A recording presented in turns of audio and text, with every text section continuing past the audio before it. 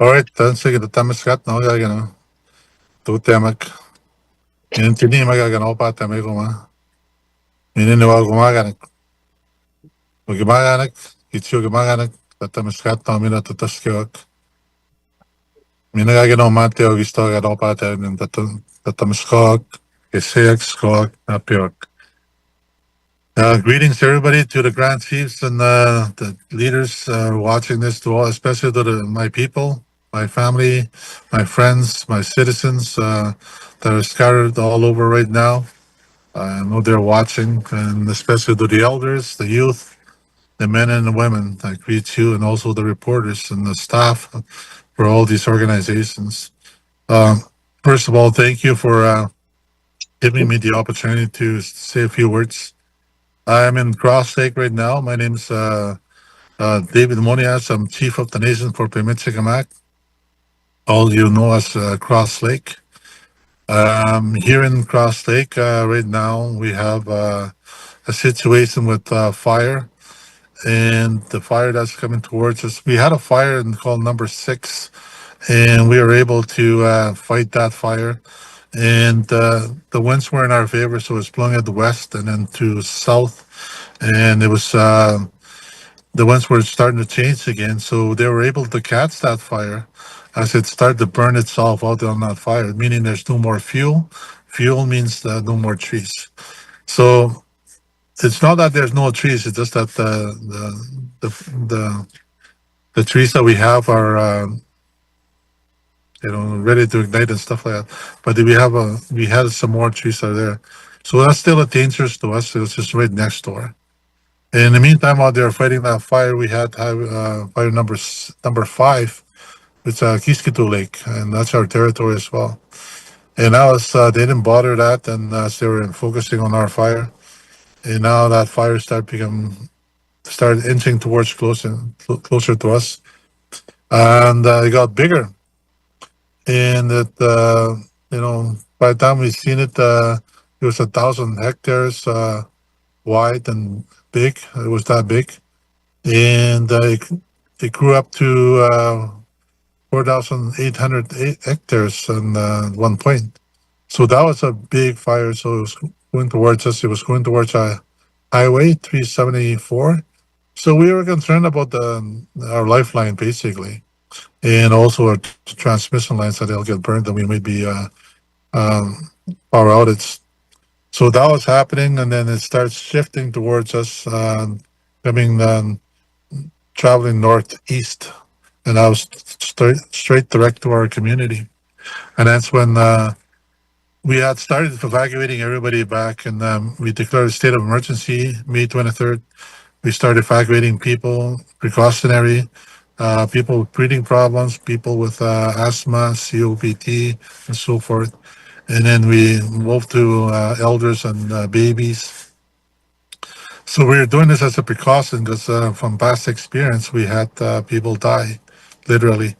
And so what I was doing that was starting to move forward and progressing to start getting evacuating. And then I was told, okay, you got to evacuate now. It's a full evacuation. So full evacuation, we had the road cut off to outside we could use Highway 373 and to get to Highway 6. And then plus there was another fire by our other communities, Wabodin, where people live. So we called for I called for Canadian Armed Forces to see if they can come. I phoned the ministers, Rebecca Chartrand, and I tried to get a hold of the new minister for ISK. I couldn't. They wouldn't give me the number, but I know that the assistant deputy minister's number, so I was trying to get a hold of them, but they never called me back. I haven't heard anything from them. So, but what I did here was that uh, from the assistant deputy minister was that they didn't have staff. The ministers did not have staff, but I didn't care about the staff. I don't know. I'm not worried about their political staffing. All I needed was their mouth, their voice. Because we asked these guys, we voted in these guys to make sure that they speak on our behalf on these issues. For them to call the prime minister and the minister of defense and say, listen, Cross Lake needs help, Pimicikamak needs help. Can you send in the armed forces? And but said the staffing levels are a problem. But there's a bureaucracy system that exists there that could have kicked it in. I mean, how do you function without the government? You can't have Canadian armed forces be at a standstill while people are trying to get their office in order. Lives are at stake. Lives are at stake. So that's not, it's unacceptable. You know, where you follow bureaucracy, you follow protocols, you follow policy and paperwork before lives, our lives. That's unacceptable. So they told me also that we first had to make sure that all our resources was exhausted, um, not taking into consideration the exceptional circumstance we were facing. Our lifeline was cut off. Fires coming towards the community. We have 7,000 to 8,000 people on reserve in the adjacent community that we need to move and mobilize. So it's a good thing we had our emergency management team. We're very experienced in fires. We're very experienced in flooding. We're very experienced in COVID. We did that before. We were taking a lot of the lead. So we started mobilizing our people. It's like nobody's going to come to the rescue. There's no white horses with shining armor and stuff like that that's going to come to the rescue. So we started mobilizing people and started moving people to Norrie House. And because by the time that they sent the planes, only two of the three could land because the smoke was pretty bad. So we sent the people out to Norrie House, and because Norrie House doesn't have a bridge, they're they're bottlenecked at that ferry. People waiting up to 9 hours to get on that ferry to go across to safety. 9 hours. People without food, people without water, people without the washroom, and people without formula.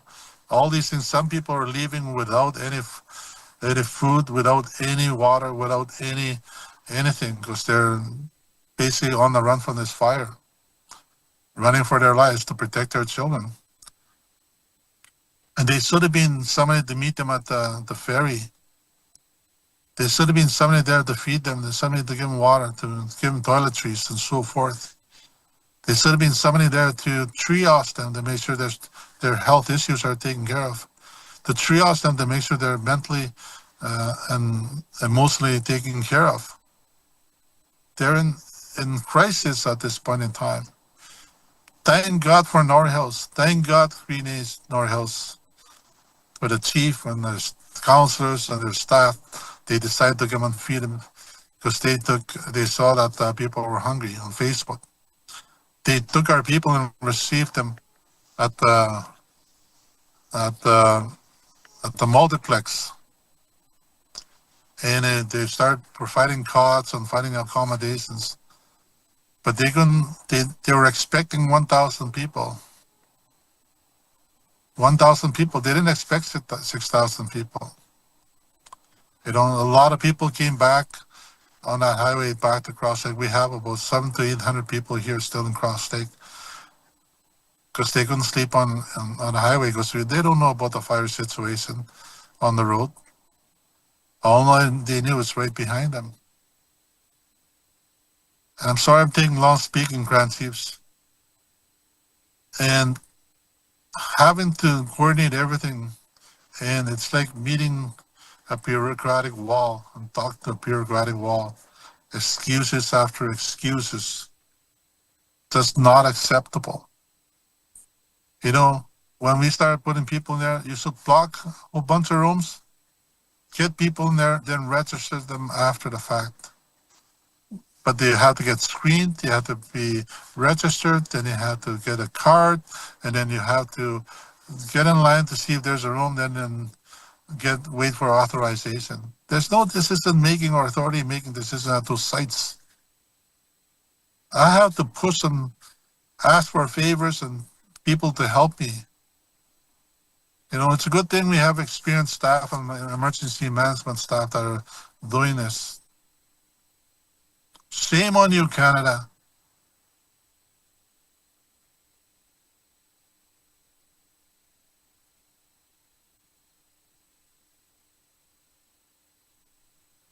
I've lost Chief Monias's feed, but the message received.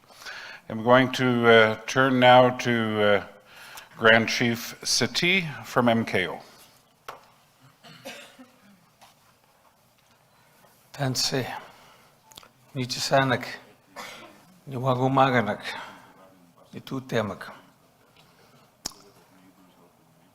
This afternoon, I'm very honored to stand with our Grand Chiefs and also our other chiefs that stand with us today.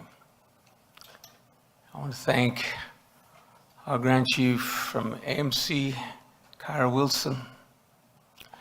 I want to thank my colleague, my friend, Grand Chief Jerry Daniels, and also Regional Chief Willie Moore, and my friend Chief Blue Sky, and all our chiefs that represent northern Manitoba. This is a moment of solidarity where we stand together knowing that there is an unprecedented crisis that is happening to our northern First Nations. An emergency that warrants for the province to call a state of emergency, because that's what it is, nothing short of a crisis that is unprecedented, and we have to use unprecedented measures to be able to resolve this crisis. As my chief has stated what is happening on the ground, it's not an easy place for our people. There's panic, there is anxiety, much concern for their safety, for their well-being. And we are here in solidarity to tell our people in the Pimicikamak Nation, in Matthias Colomb, Marcel Colomb, and Sheridan, that you are not alone. We are here to ensure that everything that needs to happen will happen. That we will continue to work with governments to ensure that the emergency measures that are needed to address this crisis will be made available to our people. Ultimately, I say to the Government of Canada, the Prime Minister, and also appreciative of our Premier, who is working with this crisis as well. This is about saving lives. This is about bringing people to safety. This is about ensuring that everyone that has been evacuated will arrive at a place where they feel safe and that their needs are looked after. And I'm so thankful that there's so many people reaching out to support this massive evacuation. The Norway House Cree Nation has stepped up in a spirit of compassion to help those people that are coming into their First Nations. And we're getting calls from different First Nations. We will be able to welcome any evacuees to our First Nations. Pinemotang has reached out. Lake Man has reached out. And there's some that I'm forgetting, but I know a lot of people are reaching out, wanting to help. And we want to make sure that there's a coordinated effort here in the city to be able to look after the evacuees when they come here. So I'm thankful that we can stand here as leaders elected by our chiefs to step up and say, we will support you. We will walk with you. We will work with you until it is safe to bring your people home. We will bring them home.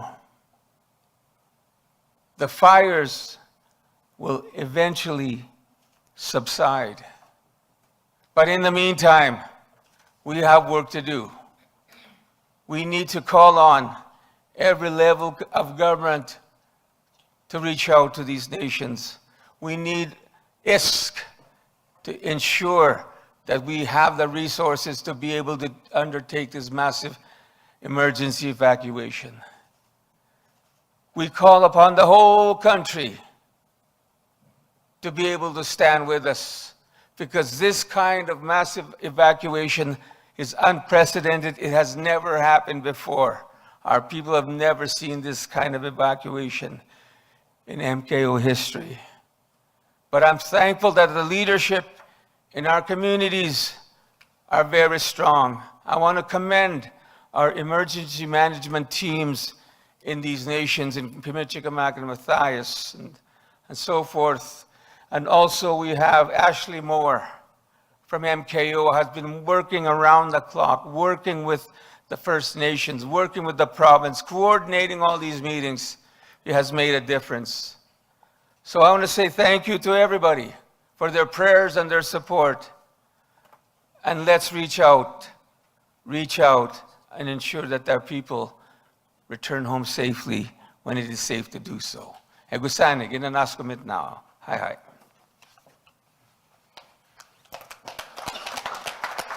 Thank you, Grand Chief Sati. It's my pleasure now to welcome on behalf of the Assembly of Manitoba Chiefs, Grand Chief Kyra Wilson.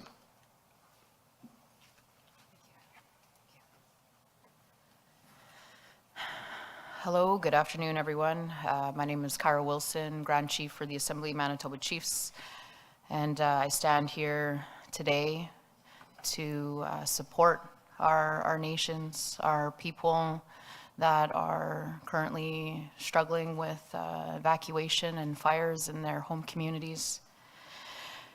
And so yesterday, what we've seen so far is the Premier has declared a state of emergency, province-wide state of emergency.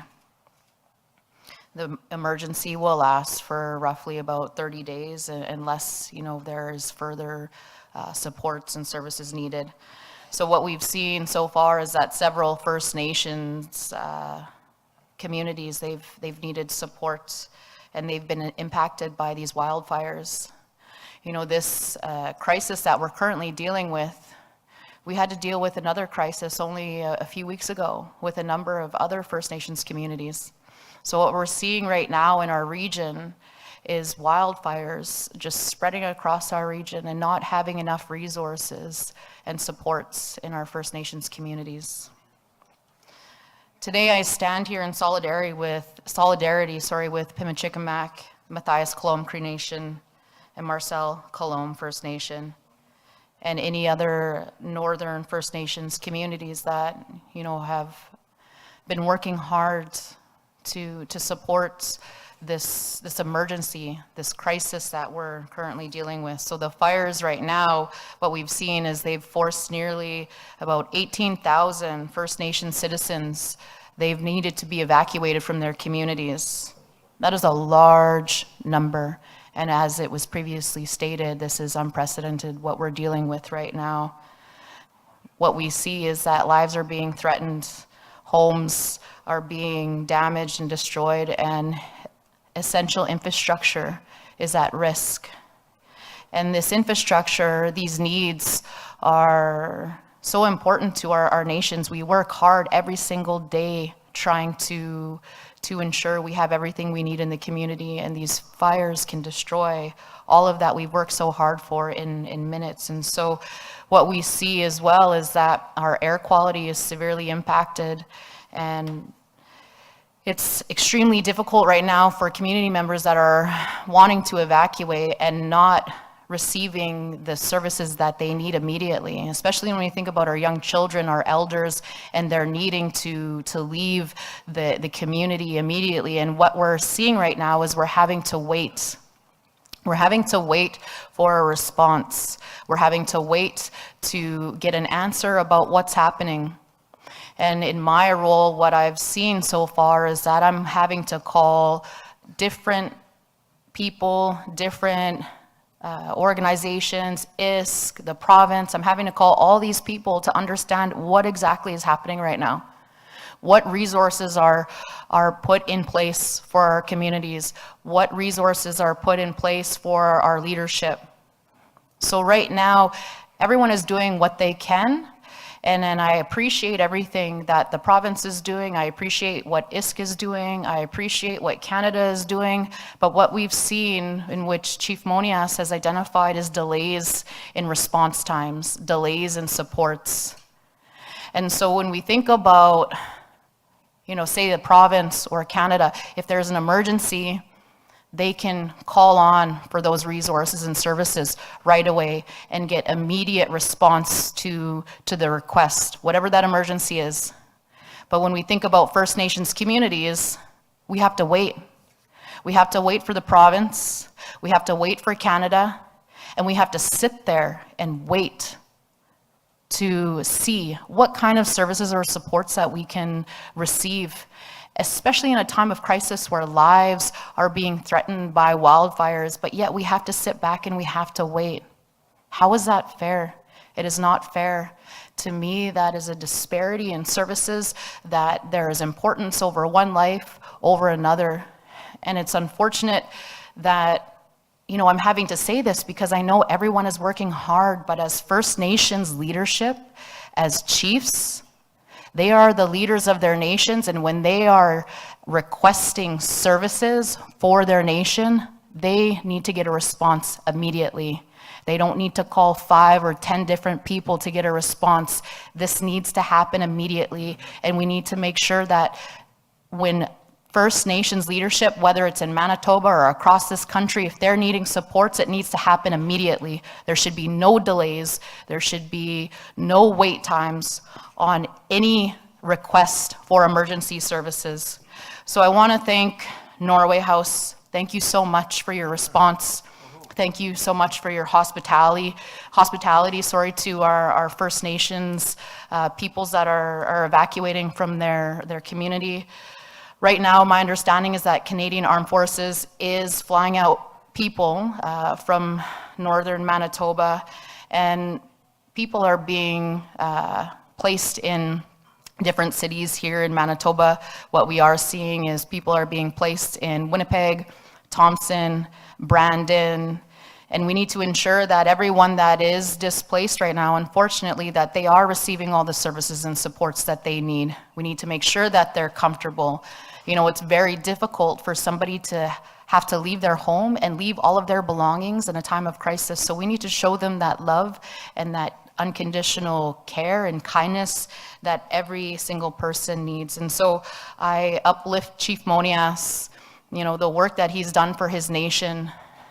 He's done so much in, just a few hours, where he's had to not only respond to the crisis, keep his community members safe, and deal with the bureaucratic processes, which is very difficult and very frustrating. So I stand here today with our chiefs and our leadership.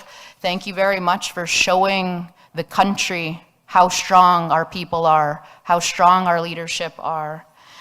And so right now, we do see all of the evacuees coming to different cities. And I also do want to send one last message here. My understanding is that there is 2 things here. So evacuations and evacuees, they're wanting to come to the city of Winnipeg. But my understanding is that some hotels are saying no. Some hotels are saying no to First Nations people that are in a time of need, in a time of crisis, and they're saying no. How can you do that? How can you do that to a human being? Doesn't matter what their background is. How can you say no to somebody that is in a time of need? Shame on you. Shame on you, whoever said no to our people. And if I ever find out who that is, you will not receive any services from us. Because right now, we need to come together as a province, as a region, as people, we need to work together and we need to show each other that love. And also today, you know, we did try to connect with Red Cross emergency line, and I know they're probably really busy, and I commend, you know, Red Cross for stepping up. But one of our staff had to wait on the phone for 15, 20 minutes, and they still never received a response. We need to ensure that we have everything in place for our people. Doesn't matter who you are, if Red Cross is there, please ensure that you have enough supports and services and people to do this work. Because our people need you right now, and this is where we're at. So I just say thank you so much to our leadership, to our Grand Chief Sati, thank you, MKO. You're doing an amazing job, and we're here to support the work in whatever you're needing, and we're here to support our leadership. And I thank you all that are here today. Miigwech.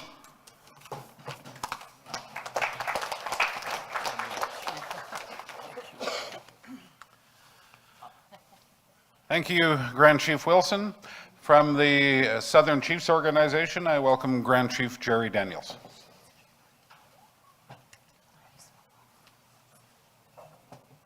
Bonjour,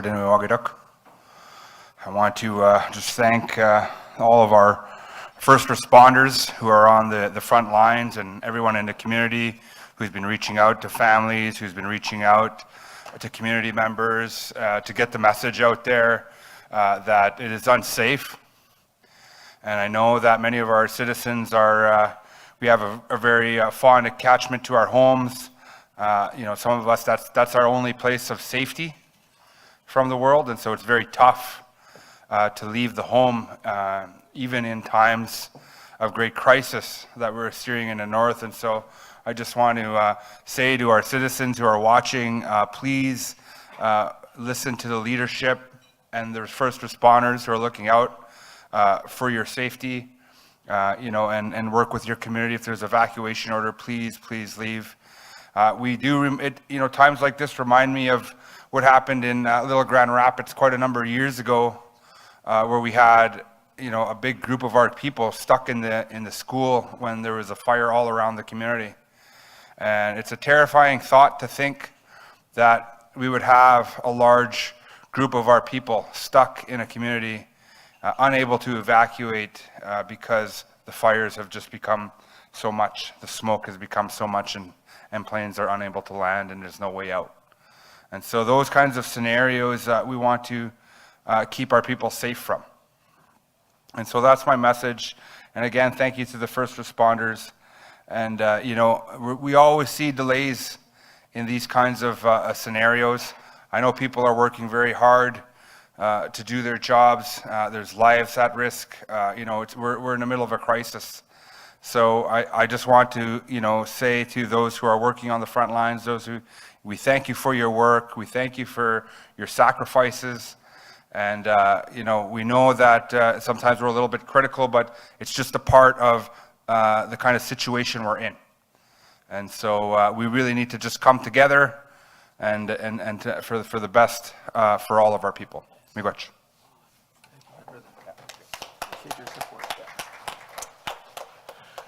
Thank you, Grand Chief Daniels. From the Assembly of First Nations, welcome Regional Chief Willie Moore.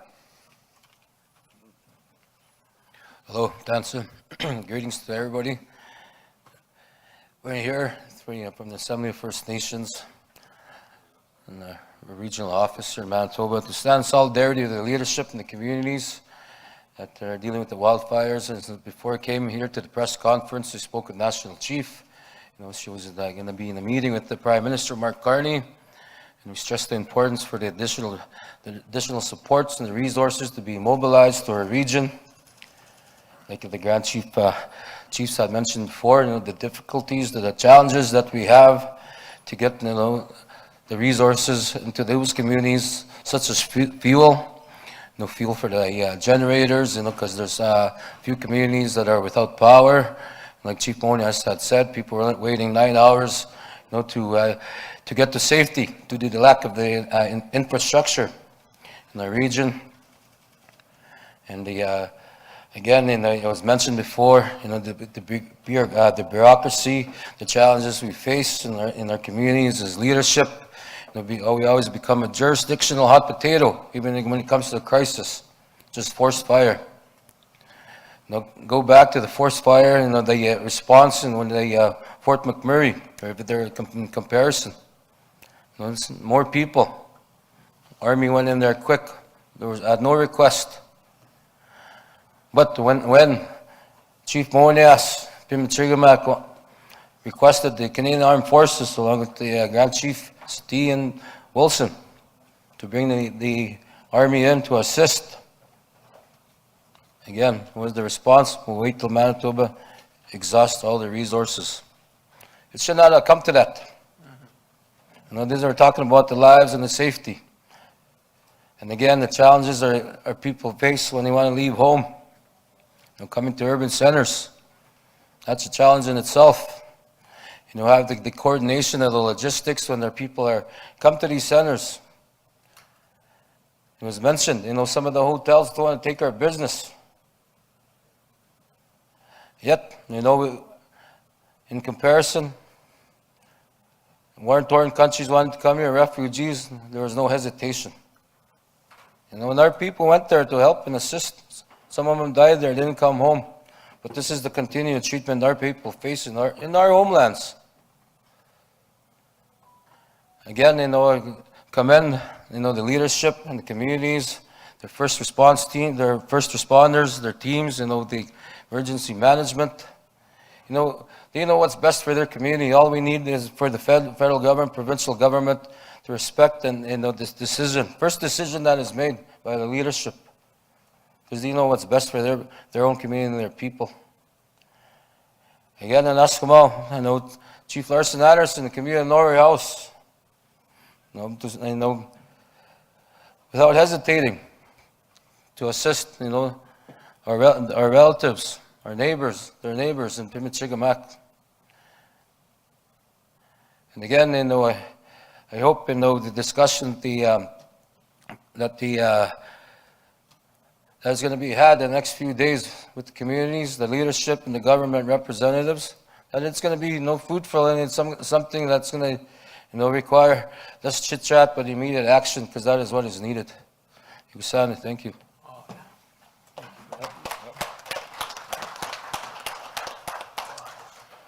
Thank you, Regional Chief. I'm going to acknowledge and introduce these First Nation leaders. Standing behind me is Chief Shirley Ducharme from the Opequonapiwin Cree Nation, and Vice Chief Florence Blacksmith of the Pimicikamak Cree Nation, and Councillor Annie Ballantyne of the Mississippiwistic Cree Nation. And you've heard some of the discussion earlier.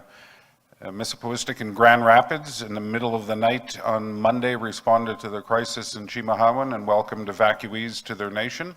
Opaskwayak welcomed 200 evacuees last night fleeing south. The Peguis First Nation has set up a shelter for evacuees fleeing, and Nisitchewayasik Cree Nation has set up a shelter as well in Nelson House to welcome evacuees. So to talk about that, the Broken Ojibwe Nation has led by example, providing supports, and I want to welcome Chief Gordon Blue Sky to talk about neighbors helping neighbors.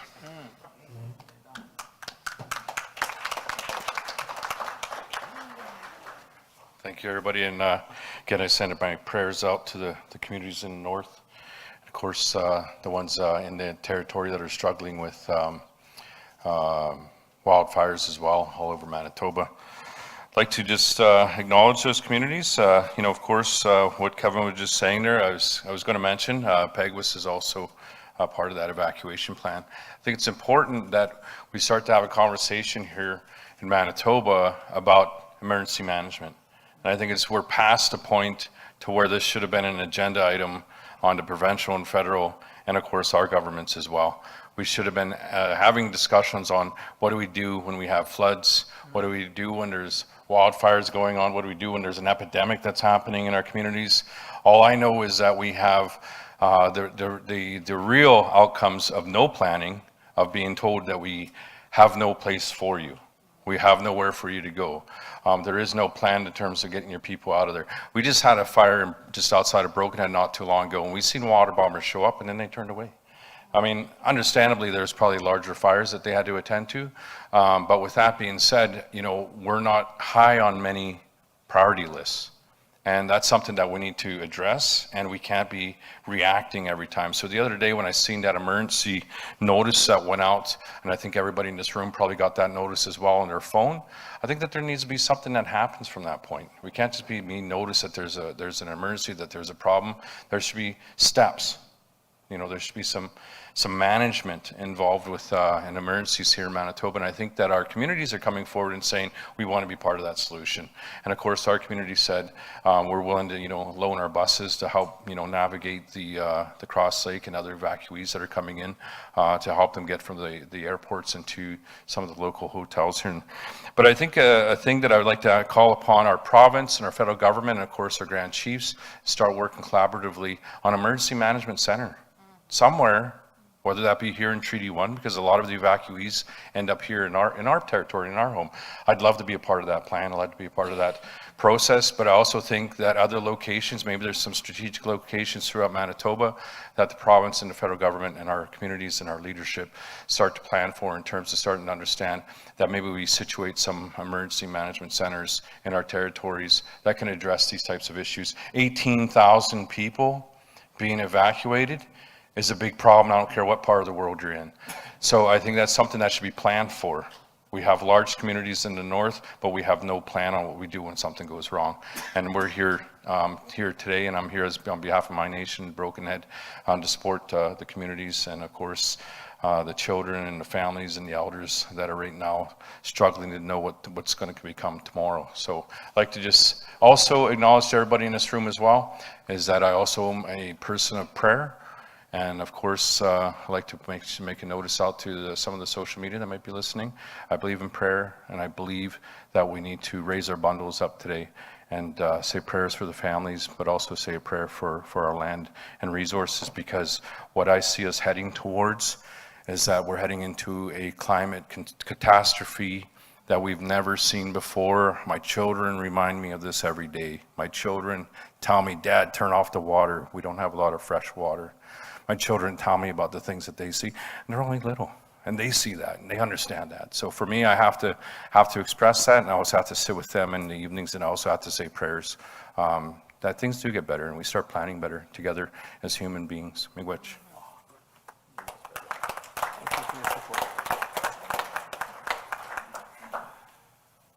Thank you, Chief Blue Sky, and we'll have one final speaker and then turn to questions. We're going to have a pool microphone so that Chief Monias can hear your questions if you have questions for him.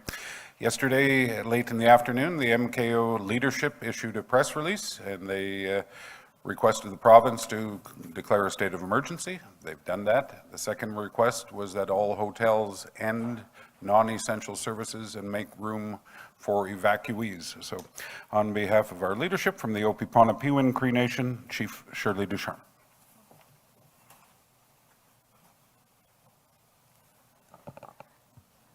Ikusani. Good afternoon, everyone.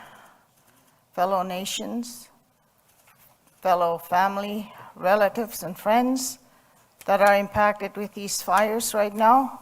We extend our deepest sympathy to those chiefs, our fellow chiefs, and we stand with you. And I know we've extended prayers through our MKO AGA for the past 3 days, and especially to Pimicikamak. Tapui, sigisin gitayana amigos. The lives of our people. The fire is threatening. And one thing that I'd like to extend a message, you know, this is becoming very regular, these forest fires, especially in the north, with the thick forest that we have. This has to be taken very seriously, extensively. You know, don't wait till it's not safe to get our people out. That has to be the priority. Get these fires out. They're a high risk to our lives. And we are human beings that need to, be understood and accept us as people. When we are, evacuated, we should be respected. We shouldn't be turned away. We should not ever have to face with that today. All nations, every life matters. Please take that into consideration. We are crying and pleading for help right now for all our people that are impacted. I know my nation is right in the center of all these fires, and I'm, getting prepared because there's a lot of chronic people that need to get out. Give us that space. Ikusane.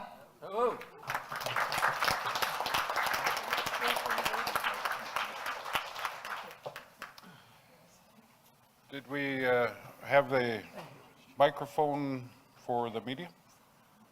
Who would, are there any questions, first of all? Yes.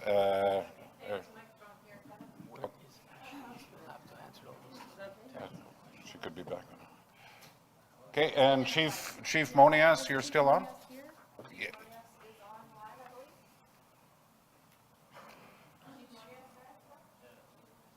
There he is. So he'll be able to hear you as long as that mic is on. Hi, Chief Monias. It's Rosanna Hempel from CBC News. You can hear me?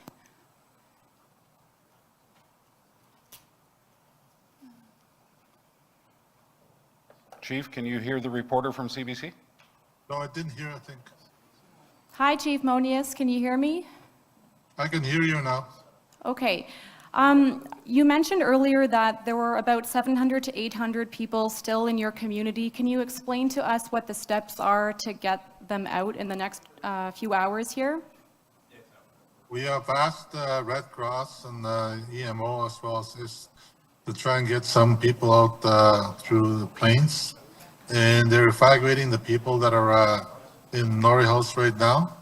But we had asked, well, what's the plan for the rest of us? I mean, but I wanted to make sure that we took care of the P1s, people that have compromised health system and breathing problems in Norrie House.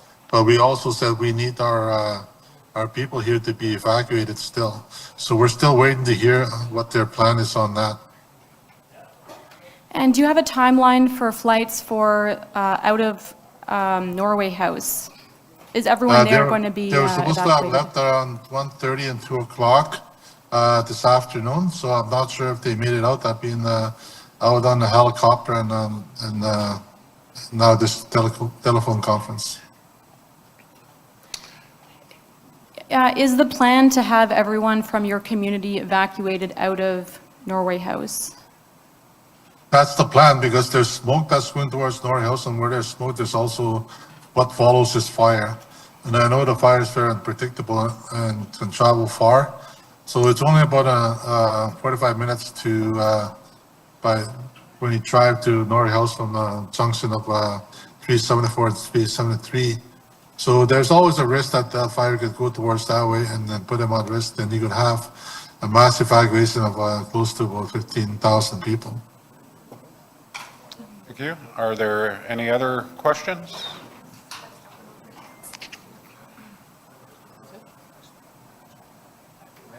No. Yeah. Hello, this is for Grand Chief Sati and maybe Grand Chief Wilson as well. You mentioned there was a delay in contacting the Red Cross. I'm just wondering for both of you what your communication has been like with them since then, and I guess what were you instructed to tell your people how to access their services once they arrive in Winnipeg? Thank you for the question, and our coordinator of our emergency management team has been talking with all the people involved, so maybe she can answer. Is there any big delays with Red Cross communication? Good afternoon. My name is Ashley Didozier, Emergency Management Program Manager with MKO. As far as delays, we know there is a huge limitation on resources and supplies all across Manitoba and Canada right now. As far as communication, the communication has been really well. We do understand that there is limited information and a lot of uncertainty right now, but I can say the communication has been good, clear, for our partners and establishing those clear communications. Thank you. I'm not sure who's best to answer this, but can you say, out of all the First Nations that have had evacuations, how many people have arrived in Winnipeg? Boy, I don't know if I give it a whirl. I don't think I can provide any numbers right now. Those numbers are going to continue to change and will be changing throughout today and tomorrow. Grand Chief Wilson? Thank you for the question. And so this is something that I had mentioned in my initial comments, is that right now I've been asking for all the information in terms of how many people are evacuated, from what communities, and which communities are evacuated to which cities, how many, where are they going.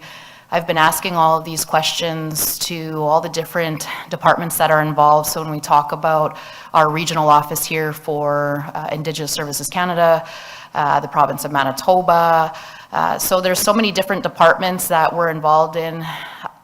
Right now, there is not enough information for us to ensure that the resources and supports are available for the people that have been evacuated or are being evacuated right now. We don't have the numbers, and you're having to call about 5 different people or departments to ensure that everything is happening and everything is in place, and ensuring that there is no gaps in services and there are no delays.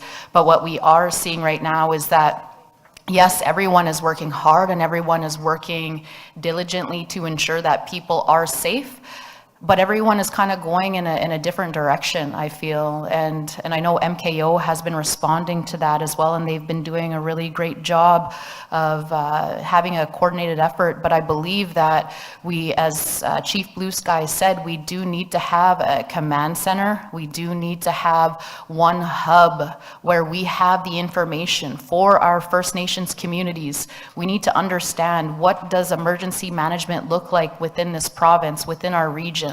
Because First Nations, we have to deal with things quite differently than, say, any other municipality. So we don't have the information right now. We're having to reach out to many different departments just to get a response, and even then, we sometimes don't get those numbers. I'm still waiting on those numbers. I want to know where our people are being placed right now, and I can't even get that information. So it's frustrating that we don't get that information and that our leadership is not getting the information that they need quickly enough. Miigwech. And just before you go, I know you just explained that you don't have a lot of information.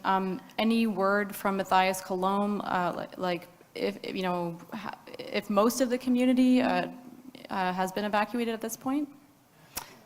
Yeah, and I'll leave that question for MKO. I have been in communications with the leadership, and they have been doing evacuations within the communities. Specific numbers I don't have.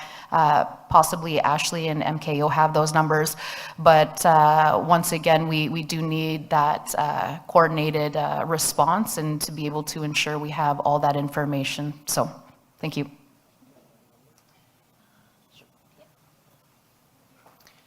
Thank you for that. So we know that Matthias Colomb Cree Nation is a high population First Nation that is in a critical situation with a nearby wildfire. The current numbers are, there is 7 commercial airlines transporting to one of the, I believe they're going down into Winnipeg.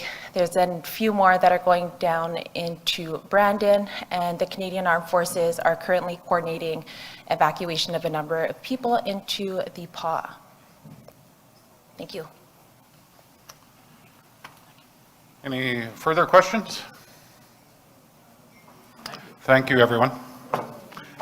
Thank you, Chiefs. Stay safe up there. You're muted. Am I muted? Oh, you're fine now. All right. Well, this is to the Prime Minister, Mark Carney.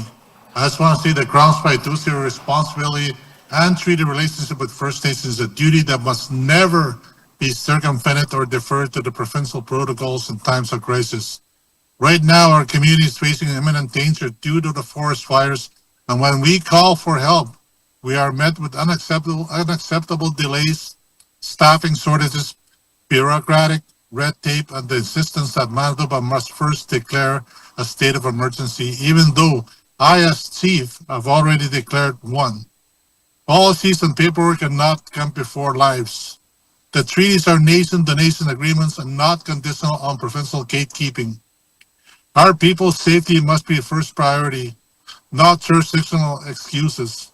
We need immediate federal intervention, including emergency resources, evacuation support, and direct action to address this life-threatening situation.